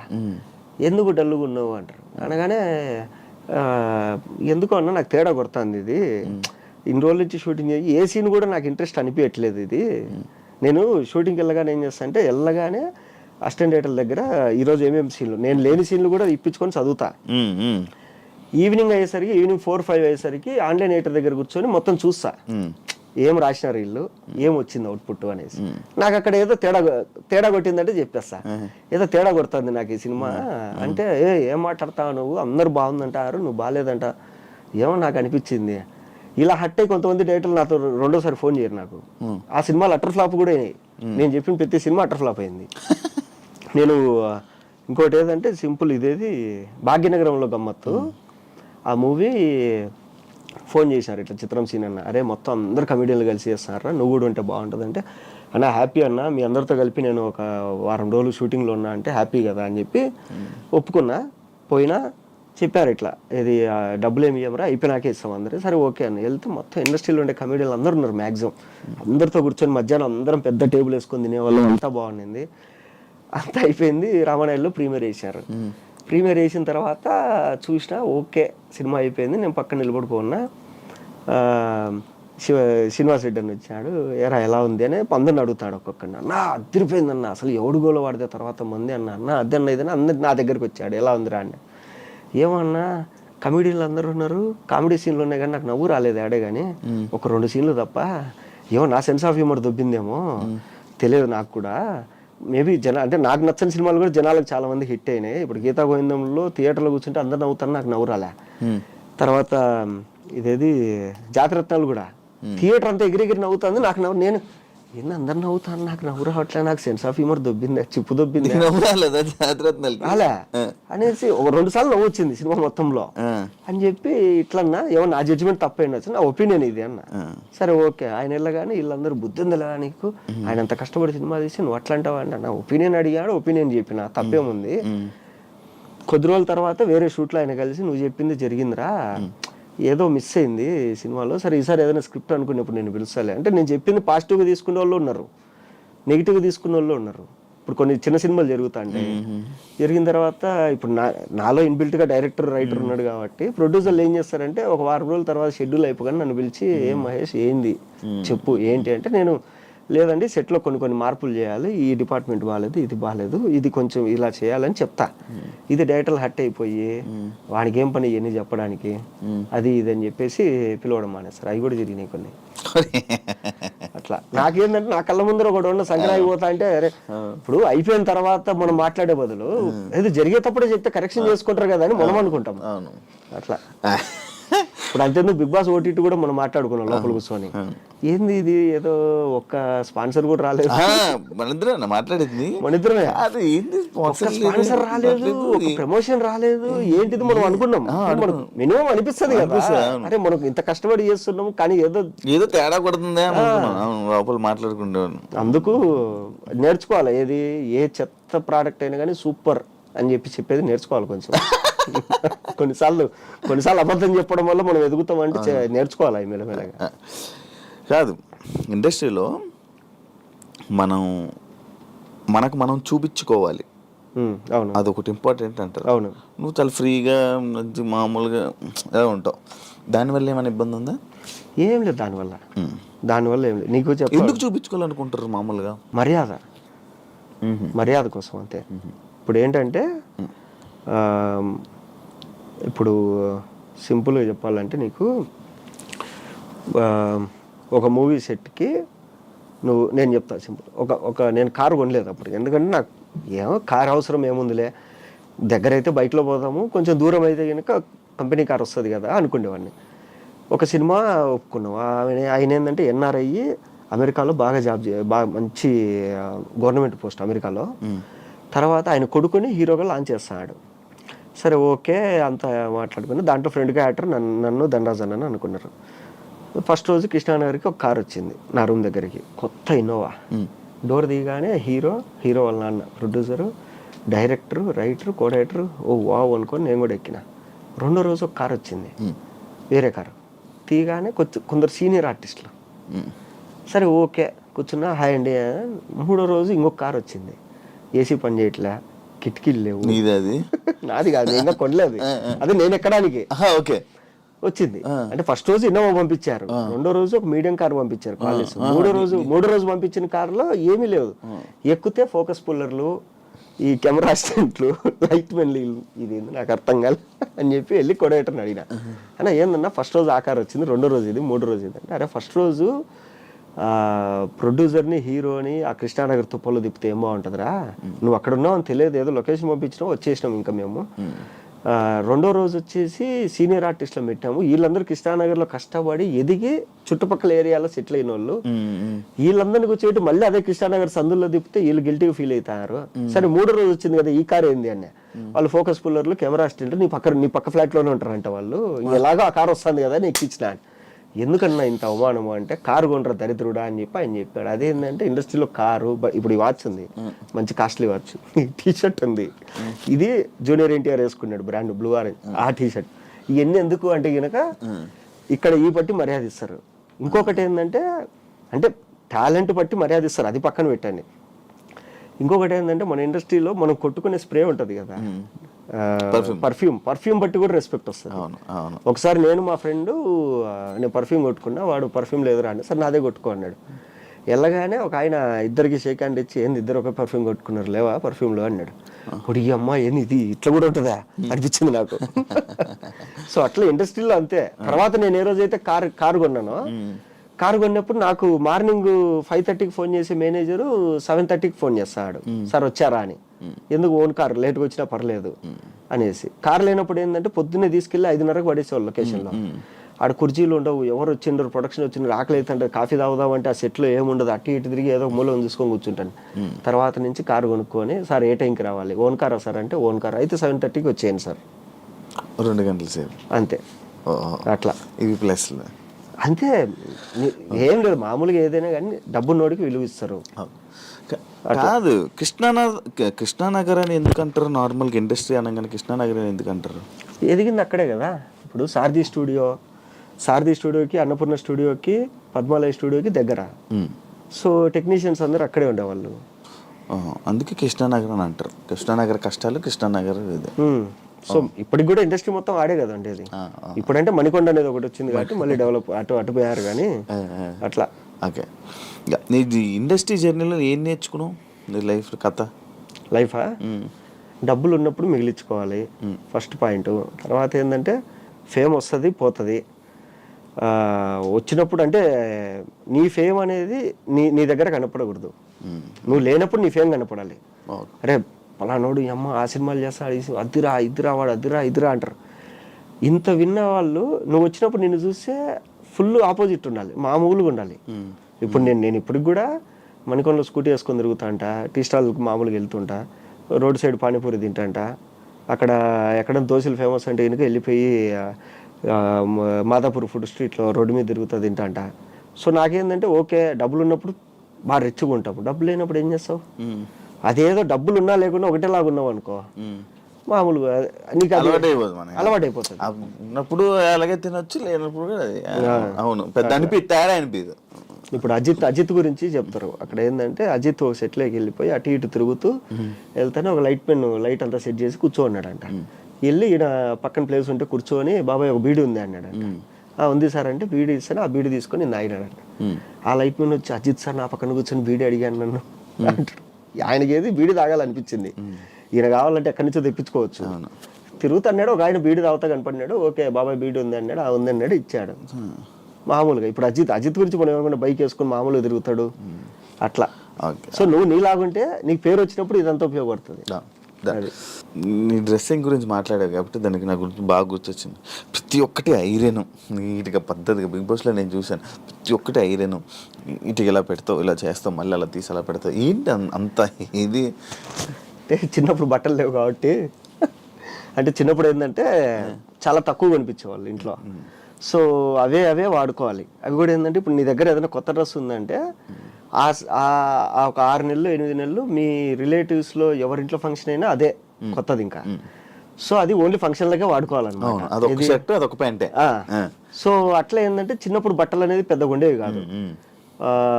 ఇప్పుడు ఏంటంటే పెద్ద ఏంటంటే చిన్నప్పుడు ఇంకోటి ఏంటంటే స్కూల్లో నేను SPL school people leader.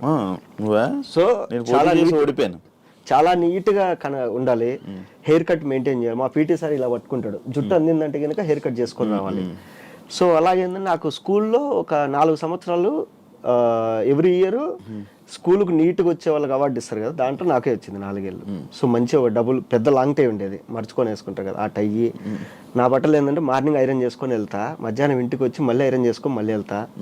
So hair cut అలాగే మెయింటైన్ చేసేవాడిని, షూ పాలిస్ అలాగే మెయింటైన్ చేసేవాడిని. అది ఏంటంటే ఒకటి అలవాటు అయిపోయింది. అంటే ఎలాగో మన దగ్గర డబ్బులు లేవు, దరిద్రులము, కనీసం బట్టలన్నా నీట్గా వేసుకుంటే మర్యాద ఇస్తారు కదా అనేది. ఇప్పుడు ఇండస్ట్రీకి వచ్చినాక ఏమైపోయిందంటే బ్రాండ్ల మీద వచ్చేసింది. ఇప్పుడు ఏదైనా ఒక బ్రాండ్ పడింది, ఓకే ఆ బ్రాండ్ తీసేసుకుని, ఇప్పుడు ఈ వాచ్ ఉంది, ఇది డైరెక్టర్ అట్లీ చేతిలో చూసినా నేను, ఓహో అట్లీ వేసుకున్నాడంటే ఇదేదో పెద్ద తోపు, తెచ్చేసుకుందాం. ఈ టీషర్ట్ వచ్చి జూనియర్ ఎన్టీఆర్ ఒక చోట వేసుకున్నాడు బాంబేలో, బ్లాక్ కలర్ది, ఇదేదో బాగుంది బ్రాండ్, ఏం బ్రాండ్ అబ్బా అని చెప్పి స్క్రీన్ షాట్ తీసుకొని ఇది ఎక్కడ దొరుకుతుంది ఎత్తుకొని తెచ్చుకోవడము. సో మొత్తం ఇంకా అవి హ్యాండిల్ చేస్తాం. అదే అయింది. అంటే అదే సైకలాజికల్గా అంటారు కదా, సైకలాజికల్గా ఏంటంటే నీ దరిద్రం నీ దగ్గర ఉండాలి కానీ బయటోడికి కనపడకూడదు. సో అవన్నీ కవర్ చేసుకోవాలంటే మంచి బట్టలు వేసుకోవాలి. నేను ఒకప్పుడు కూడా సేమ్ తెలుసా, నా దగ్గర ఒక షర్ట్ ఉండేది, ఒక షర్ట్, ఆ షర్ట్నే మనకి స్కూల్ సాటర్డే ఎప్పుడు సివిల్ డ్రెస్ వేస్తారు, ఎవ్రీ వీక్ అది వేసుకునేవాడిని. ఎవ్రీ సాటర్డే అదే షర్ట్. నన్ను స్కూల్లో అడిగారు ఎందుకు ప్రతిసారి ఇదే షర్ట్ వేసుకుని వస్తున్నాను, నా ఫేవరెట్ షర్ట్ అని చెప్పేవాడిని. తెలుసా, ఉంటుంది చాలా మంది, నా ఫేవరెట్ షర్ట్ అది, అందుకే నేను ఎవ్రీ వీక్ అదే వేసుకుంటాను, ఎందుకో నాకు మంచిగా అనిపిస్తుంది షర్ట్ వేస్తా అని చెప్పుకున్నాను. నాకు ఇప్పటికీ ఇంట్లో మొత్తం నా క్లాజెట్ అంతా బట్టలతో నిండిపోయింది. ఇప్పుడు నేను బట్టలు కొనుక్కోవట్లేదు కొద్ది రోజుల నుంచి, ఎందుకంటే బట్టలు పెట్టుకోవడానికి స్థలం లేదు ఇంట్లో, అన్ని బట్టలు కొనేసిన. అన్ని ఉన్నాయి కానీ దరిద్రం ఏంట్రా అంటే ఒక 2 షర్ట్లు ఉంటాయి ఫేవరెట్, యాడికి పో అదే. మా వైఫ్ అయితే అరే నువ్వు ఆ షర్టు పడేస్తావా, మనకు ఉంటది అది, అవును నిజమే, ఎన్నో ఉంటాయి బట్టలు, కబోర్డ్ అంతా ఉంటది, కానీ మనం అదే. నాకు రెడ్ కలర్ టీ షర్ట్ ఒకటి ఉంటుంది ఫుల్ స్లీవ్స్ ది, అదైతే ఇంకా ఎప్పుడు చూడ అదే వేసుకుంటాయి ఎక్కడికైనా బయటికి వెళ్ళాలంటే అట్లా. అండ్ ఇంకోటి, ఫస్ట్ లో నువ్వు ఫోన్ చేస్తే నేను ఎత్తలేదన్నావు కదా. అవును, నా ఫోన్ ఎందుకు ఎత్తేవాడు కాదు. ఒకప్పుడు యాంకర్ శివతో ఇంటర్వ్యూ అంటే వాడి జీవితం సంక్రాంతి పోయేది. అంటే నువ్వు పట్టుకోవడం అలాంటి వాళ్ళని పట్టుకునేవాడు. సో అలాంటి టైంలో నేను అంటే నీ ఇంటర్వ్యూ వచ్చిందంటే వెయిట్ చేసేవాళ్ళం. ఇప్పుడు నార్త్ ఇండియాలో కొంతమంది ఉంటారు అనమాట, అర్ణబ్ గోస్వామి తర్వాత ఆస్కాతాలు అదే ఉంటాయి, వాళ్ళు ఇంటర్వ్యూ పిలిచారంటే వాడి కెరీర్ బిస్కెట్ వాడిని వేసి పడేస్తారు ఈరోజు అని. అలాగా నువ్వు ఫోన్ చేసి ఒకసారి ఫోన్ చేసింటే ఎత్తిన యాంకర్ శివ అంటే చెప్పు బ్రదర్ ఇట్లా ఇంటర్వ్యూ కావాలని, కానీ సరే నేను తర్వాత చెప్తా అన్న. తర్వాత నేను 2 రోజులు నిద్రపోలే. యాంకర్ శివ నాకు ఫోన్ చేసి ఇంటర్వ్యూ కావాలన్నాడంటే నా గురించి ఏం ఇన్ఫర్మేషన్ ఉంది వాడి దగ్గర, ఏ రికార్డులు పెట్టుకున్నాడు, మనం ఏ తప్పు చేయలేదే, అయినా వీడి ఫోన్ చేసి అడుగుతాడంటే ఏదో ఉంది వీడి దగ్గర నాది, అది ఏమై ఉంటది అమ్మా, ఎందుకు ఊరికి అనవసరంగా కెరీర్ పోగొట్టుకోవడం. తర్వాత బిగ్ బాస్ లో నువ్వు కలిసిన తర్వాత ఓకే, తర్వాత మనం చేద్దాం అనుకుంటా కూడా చాలా రోజులు అయింది, సంవత్సరం దాటిపోయింది, సంవత్సరం 2 ఏళ్ళు ఇప్పుడు 2 ఏళ్ళు అయింది. ఇప్పుడు 2 ఏళ్ళ నుంచి మనం అనుకుంటున్నాం కానీ అది సగం ఇంటర్వ్యూలు నాకు అలాగే పోయినాయి. పిలిచాడంటే ఏదో ఉంది ఎందుకు వెళ్ళడం అని చెప్పి రారు, అది కాదురా బాబు. ఇప్పుడు కూడా నేను వస్తా అంటే మా వైఫ్ శివ ఏమన్నా కాంట్రవర్సీ అడుగుతాడేమో జాగ్రత్తగా ఆన్సర్ చెప్పండి. ఏముంది కాంట్రవర్సీ అడగడానికి, ఏమీ లేదు, వాడు నేను అన్ని మాట్లాడేసుకున్నాము, ఏమీ లేదు మా ఇద్దరికి. అది 3 నెలలు ఏం మాట్లాడాం. అయితే నాకు ఇంకొక డౌట్ ఉంది, తెలంగాణ స్లాంగ్, తెలంగాణకు సంబంధించిన సినిమాల్లో తెలంగాణ వాళ్ళు ఉంటారు మ్యాక్స్ ఆర్టిస్టులు కానీ మొత్తం టీం, ఇక్కడ జరిగే లోకల్ లోకల్. ఆంధ్రలో ఉత్తరాంధ్ర వాళ్ళు, గోదావరి జిల్లా గోదావరి, కానీ రాయలసీమ అటు సైడ్ది ఆ ఆర్టిస్టులు ఉంటారు ఎందుకు తెలియదు నాకు ఇప్పటికీ. అదేంటంటే నాకు ఇప్పుడు ఇప్పుడు తమిళ్లో కొన్ని రీజనల్ సినిమాలు జరుగుతాయి, ఓకే. ఇప్పుడు తెలుగులో మనకు రీజనల్ సినిమాలు అంటే ఓన్లీ తెలంగాణ బ్యాక్గ్రాఫ్లో వచ్చిన చిన్న సినిమాలనే బాగా ఎంకరేజ్ చేస్తారు, కానీ మిగతా వాటి చేయట్లా. ఇప్పుడు రాయలసీమలో కూడా సినిమాలు జరుగుతాయి, ఇండిపెండెంట్ సినిమాలు చాలా జరుగుతాయి రాయలసీమ. ఇప్పుడు నాది కూడా ఒక రాయలసీమ ఇండిపెండెంట్ సినిమానే, ఎవరు దేకట్లేదు దాన్ని. ఇప్పుడు పుష్ప ఉంది రాయలసీమ, రాయలసీమ ఆర్టిస్ట్ కనపడరు నీకు. తర్వాత దేవరా ఉంది, దేవరాలో నీకు కొంతమంది రాయలసీమ మాట్లాడతారు, కొంతమంది వేరేది మాట్లాడతారు, అందులో కూడా ఎక్కువ కనపడరు. తర్వాత అరవింద సమేత రాయలసీమ సినిమా, కానీ రాయలసీమ ఆర్టిస్ట్ కనపడరు. తర్వాత నీకు యాత్ర కూడా అంతే. ఇలా చాలా ఉన్నాయి. ఇప్పుడు అంతెందుకు ఇప్పుడు జరుగుతాయి, ఇప్పుడు జరిగేది ఏది సంబరాలు ఏటికట్టు రాయలసీమ బ్యాక్గ్రాఫ్, కానీ రాయలసీమ ఆర్టిస్టులు నేను పోయి నోరు తెరిచి అడిగినా సరే ఏమైనా క్యారెక్టర్ అంటే ఇవ్వండి అంటే లేవు. తర్వాత రాహుల్ సంకీర్తన్ అన్న, విజయ్ దేవరకొండ గారు మళ్ళీ రాయలసీమ సినిమా, అందుకు కూడా ఫోన్ చేసి అడిగిన, అన్న ఏమన్నా అన్న మన బ్యాక్గ్రాఫర్ అంటే మన బ్యాక్గ్రాఫర్ అన్న ఏదైనా క్యారెక్టర్ ఉంటే చెప్పండి అన్న. సరే చెప్తా అన్నారు, కానీ తర్వాత పిలవలే. అది ఎందుకో తెలియదు, అంటే అది ఇంతవరకు ఎవడు క్వశ్చన్ చేయలేదా. ఇప్పుడు ఏమైపోయిందంటే ఇండస్ట్రీలో ఒక ముద్ర పడిపోయింది, ఈడు రాయలసీమ బాగా మాట్లాడతాడు, ఓకే. మిగతా సినిమాలు అన్నప్పుడు మీకు దగ్గర క్యారెక్టర్ లేవండి, ఓకే. లేదా ఫోన్ చేసినప్పుడు ఇది తెలంగాణ బ్యాక్గ్రాఫ్లో జరుగుతుందండి, నేను తెలంగాణ మాట్లాడుతుంది, చదువుకుంది ఇక్కడే అన్నా, మేదిపట్నంలో నేను 3 ఏళ్ళు ఉన్నా, నాకు తెలంగాణ వచ్చు అన్నీ వచ్చు అన్నా కానీ లేదండి మీరు రాయలసీమ అయితే బాగుండేది వద్దు. సరే ఓకే. అదే డైరెక్టర్ తర్వాత రాయలసీమ తీసేటప్పుడు నేను వెళ్ళి, సార్ మీరు రాయలసీమ సినిమా తీసారు లాస్ట్ టైం ఇలా అన్నారు కదా అంటే, అది క్యారెక్టర్లు చూసి చెప్తామండి. అరే నీ అమ్మ నువ్వు రాయలసీమ సినిమా తీస్తున్నావు, రాయలసీమ పేరుతో ఆర్టిస్టులు ఉన్నారు కొంతమంది, అంటే వచ్చిన వాళ్ళు బాగా చేసేవాళ్ళు. ఇప్పుడు ఎవరో బయట ఆర్టిస్టులు తెచ్చి వాడికి నువ్వు ఒక డైలాగులు నేర్పించేవాడిని ఒకరిని పెట్టి నువ్వు నేర్పించి ఇంత కష్టపడుతున్నావు, అదేదో వీళ్ళకిస్తే ఏమైంది. పోనీ రాయలసీమ పేరు పెట్టుకొని సినిమాలు ఎన్నో వచ్చినాయి, సినిమాలు వస్తున్నాయి కూడా. నెక్స్ట్ కూడా 4-5 సినిమాలు ఉన్నాయి రాయలసీమ బ్యాక్గ్రాఫ్లో వచ్చే సినిమాలు, కానీ దీనిలో రాయలసీమ ఆర్టిస్టులను పెట్టుకోరు. ఇది అంటే ఎవరు అడగరు, మా వాళ్ళు ఎవరు అడగరు ఎందుకు ఇలా జరుగుతుంది అనేది, ఎవరు అడగరు, ఏం చేద్దాం అంతే. అది ఇంకా అది ఎందుకో తెలియదు. అందుకే నువ్వు ఫస్ట్ వెళ్ళి కార్డు తీసుకో, ఏది సినిమా కార్డు తీసుకుంటే ఏమొస్తుంది, కార్డు తీసుకుంటే వస్తాయా, ఆర్టిస్ట్లా వస్తాయి అంట, రావు. అది ఎవరు చెప్పాను నీకు, అంటుంటారు. మరి సరే నువ్వు ఎంతో మందిని ఇంటర్వ్యూలు చేసినావు, వాళ్ళందరికీ కార్డులు ఉన్నాయి, మరి వాళ్ళు ఎందుకు కొంతమంది ఫేడ్ అవుట్లు అయి ఉన్నారు చెప్పు. టైం అయిపోయాయి మేబీ, చిన్న రోజు జూనియర్ ఆర్టిస్ట్. నీకు వచ్చిన ఇన్ఫర్మేషన్ ఏంటంటే జూనియర్ ఆర్టిస్ట్ కార్డు ఉంటే నీ దగ్గర, నిన్ను జూనియర్ ఆర్టిస్టులకి కార్డు ఉన్న వాళ్ళని తీసుకోవాలా. మాలాంటి ఆర్టిస్టులకి క్యారెక్టర్ ఆర్టిస్టులకి ఇలా కార్డు ఉండాల్సిన పని లేదు, కార్డు ఉంటే ఖచ్చితంగా ఛాన్సులు వస్తాయనేది కూడా లేదాడా. అది సో ఇది నాకు ఆల్రెడీ ఇన్ని సినిమాలు వచ్చినాయి, ఇప్పుడు వచ్చేటి కూడా ఇన్ని సినిమాలు ఉన్నాయి. రాయలసీమ బ్యాక్గ్రాఫ్ అనగా నేను పరిగెత్తుకుంటూ ఆఫీస్కి వెళ్ళిపోయి ఏమో చిన్న హోప్, అరే ఇదన్నా వస్తుందేమో, ఏదో క్యారెక్టర్ వస్తుందేమో. ఇప్పుడు ఒక సినిమాలో 30 క్యారెక్టర్లు ఉంటాయి, 20 క్యారెక్టర్లు ఉంటాయి, ఏదో ఒకటి ఇస్తారు కదా అంటే ఎవడో బయట. ఇంకా కొన్ని సినిమాలకైతే దరిద్రం, నన్ను పిలిచి డైలాగ్స్ నువ్వు రాయలసీమలో రాయగలవా అంటారు. రాస్తాను సార్, నాకు తెలిసిన 2 రైటర్లు కూడా ఉన్నారు, వాళ్ళని కూడా పెట్టుకొని నేను రాపిచ్చి పెడతాను అంటారు. సరే ఓకే అని చెప్పి అంతా మాట్లాడతాము, నాకు ఏమన్నా క్యారెక్టర్ ఉందంటే అది చూద్దాం అంటారు.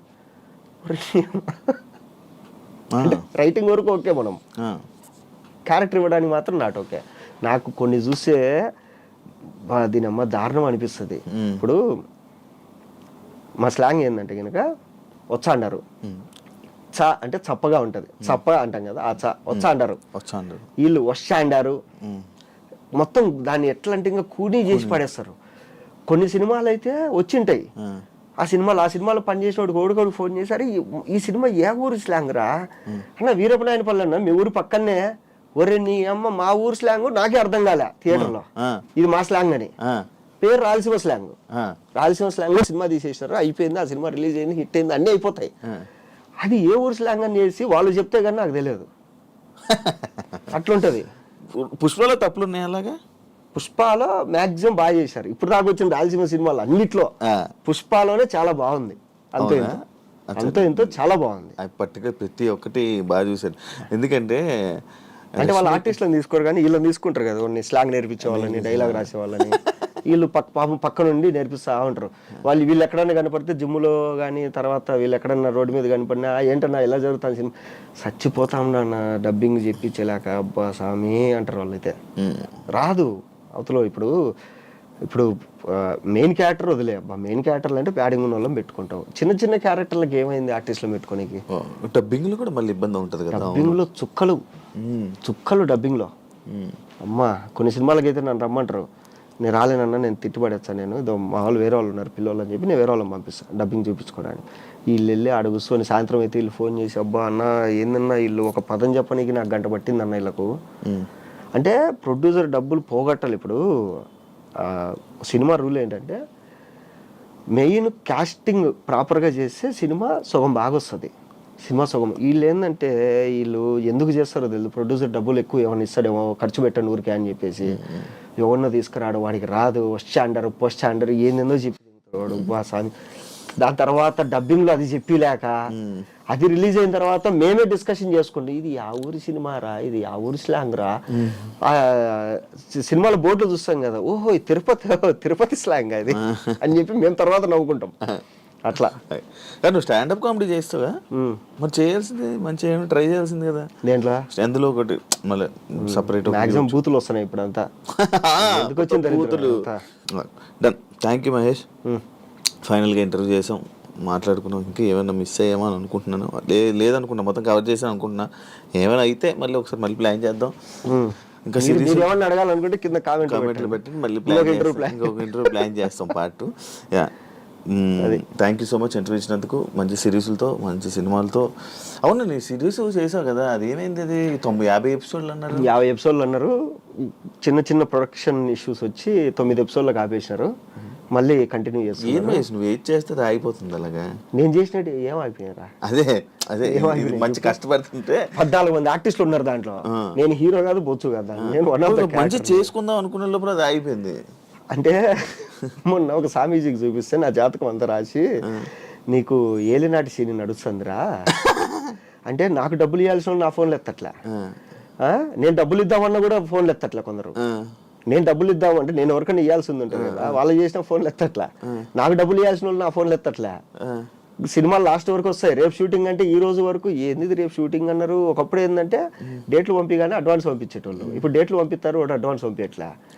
ముందు రోజు కూడా నాకు డౌట్ అనమాట, అరే రేపు ఈరోజు త్వరగా పడుకోవాలా, ఏంది ఇంకా ఫోన్ చేయలేదు, అసలు ఉందా లేదా అనేసి. అది తెలియదు నాకు దరిద్రం ఏది ఎప్పుడు పోతుంది. నాకా ఈ ఆగస్టుకు పోద్ది అన్నాడు. ఈ ఆగస్టుకు పోద్ది, మార్చి తర్వాత కొంచెం మారుతుంది, ఆగస్ట్ నుంచి పూర్తిగా పోద్ది అన్నాడు. సరే ఓకేలే మంచిగా మారి. అంటే మన బ్రహ్మానందం గారు అన్నట్టు, ఎవడు వాని లైఫ్ వాని చేతులారా పోగొట్టుకోరు. ఇప్పుడు నువ్వు బిజినెస్ పెడతావు ఏదన్నా, అది పోయింది, ఎందుకు పోయిందిరా అంటే దానికి 1,00,000 రీజన్లు ఉంటాయి. బిజినెస్ క్లిక్ అయింది, ఎందుకు క్లిక్ అయిందిరా అంటే 1,00,000 రీజన్లు ఉంటాయి. ఇప్పుడు రాయలసీమ నుంచి వచ్చి దోశలు పెట్టుకుంటారు చాలామంది. కొన్ని చోట్ల అయితే నిలబడడానికి కూడా స్థలం ఉండట్లే, అంత జరుగుతున్నాయి. కొన్ని చోట్ల అసలు జరగట్లేదు, ఎందుకంటే అందరూ పోసేది ఒకటో దోశలే. ఎవరి కెరీర్ ఎట్లా పోతుంది అనేది వాడి చేతుల్లో లేదు. ఇప్పుడు నన్ను చాలామంది ఇవి ఉన్నారు కదా, సుప్రీత ఎవరు, అన్నపూర్ణ హెడ్ ఆవిడ వచ్చేసి మిస్ పర్ఫెక్ట్ వెబ్ సిరీస్ అది ట్రైలర్ లాంచ్ అప్పుడు స్టేజ్ మీద ఏమంటే ఆవిడ హాయ్ అనింది. హాయ్ మేడం అన్న, వచ్చి మీరు చాలా మంచి ఆర్టిస్ట్ అండి, ఎందుకంటే మీకు రావట్లే అంటే ఇదే అన్న. ఏమో తెలిస్తే నేను రెక్టిఫై చేసుకుంటా కదా, నాకేది లేదు మేడం అని. సరే ఓకే అని చెప్పి వాళ్ళ మేనేజర్ని పిలిచి, మన నెక్స్ట్ సినిమాలో ఈయనకు మంచి క్యారెక్టర్ ఇవ్వండి అది. మేనేజర్ని అడిగితే లేదండి కాస్టింగ్ అంతా అయిపోయింది, షూటింగ్ కూడా జరుగుతుంది అన్నాడు. కట్ చేసి ఇంకా షూటింగ్ స్టార్ట్ అవ్వాలి అప్పటికి. అంటే ఓన్లీ పైన మాటలా లేకపోతే మధ్యలో? ఈవిడ ఇద్దామనే ఉంది, ఆవిడ కింద వాళ్ళు. ఇప్పుడు మనమే ఆవిడకి ఏం కంప్లైంట్ ఇవ్వాలి? మేడం మీరు చెప్పారు కానీ ఆయన పిలవట్లేదు, అట్లా చెప్పలేము అంతే. అది కొన్నిసార్లు జరుగుతుంది. ఇప్పుడు నీకెందుకు ఇంత ఫేమ్ వచ్చిందంటే నాకు తెలియదు వచ్చింది, నువ్వు ఎందుకు ఖాళీగా ఉన్నావు అంటే నాకు తెలియదు, మళ్ళీ ఎప్పుడు బిజీ అవుతావు అంటే నాకు తెలియదు. ఆయన చెప్పినట్టు ఆగస్ట్ నుంచి ఏమైనా బిజీ అయితే అయిపోవచ్చు. అవే ఉన్నాయి కదా ఈ మధ్య వస్తున్నాయి, చెప్తారు. ఒకరేమో గురుబలం రాయేసుకొని అంటారు, కొందరేమో అదేది ఆస్ట్రేలియన్ మాల వస్తుంది కదా ఏదో కరింగలి మాల ఏదో, దానివల్లే జరిగితే అందరూ కొనిపెట్టారు.